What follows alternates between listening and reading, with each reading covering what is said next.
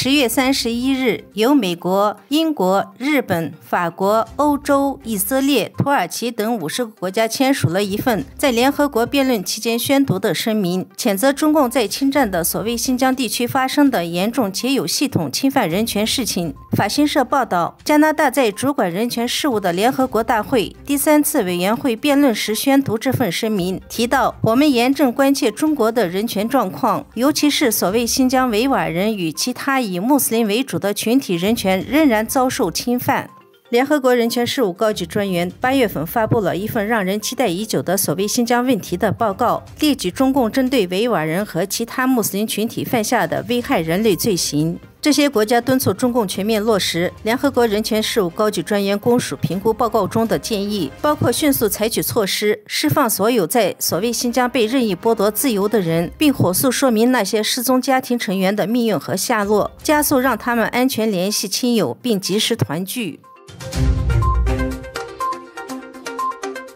近日，塔城地区马纳斯县的哈萨克牧民发出求救视频，指控中共当局对牲畜也在执行中共病毒隔离清零政策。视频中，数以万计的骆驼、马、牛、羊被强制性隔离到狭窄、皮草稀薄的草原，无人照管。牲畜们不但发出哀鸣，更有牲畜在雪地挨饿受冻，甚至死亡。10月30日，海外哈萨克人权组织创办人萨尔克坚在推特上表示，当局将几千名哈萨克人关进了县城的隔离点，强制将牲畜聚集在荒野和山脚下，不允许车辆运送饲料，也不准转运到大操场，导致大批牲畜饿死、渴死、被野狼追赶、坠崖死亡等，给牧民造成了不可挽回的经济损失。自由亚洲电台致电塔城防疫中心，证实确有统一规定不准放牧。除了将牲畜集中隔离防疫以外，另有一段视频显示，所谓新疆某地牧民的羊群也被全部戴上了特制的口罩。中共动态清零几乎进入魔幻境界，极端的防疫措施早已从人群扩展到了家禽和牲畜，甚至各种物品。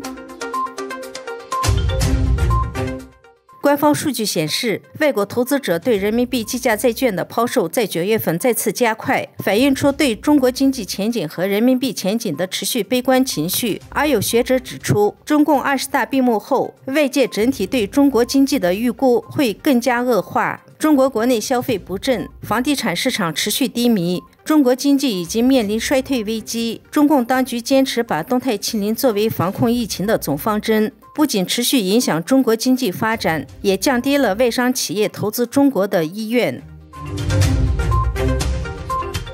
中共20大刚刚结束，供销社重启的话题立刻受到广泛关注和讨论。这个计划经济时期的名词，让外界对中共下一步的走向感到担忧。有人认为这预示着习近平要倒退回经济计划的老路，也有人认为是对台湾备战的需要，也有人认为是为了保全控制农民。专家预测，无论何种意图，供销社的死灰复燃只会给中国人民带来灾难。10月24日，中共国务院网站发布了中共中央机关以及直属机构2003年度公务员招聘通告，其中包括全国供销合作总社的招录计划及招聘条件。根据中华全国供销合作总社官方网站介绍，截止2020年底，全系统有县以上供销合作社机关2789个，人员编制岗位49000个。在中国，供销社是计划经济的产物，对经历过计划经济时代的中国人而言，与供销社伴随的是物资匮乏和生活艰难。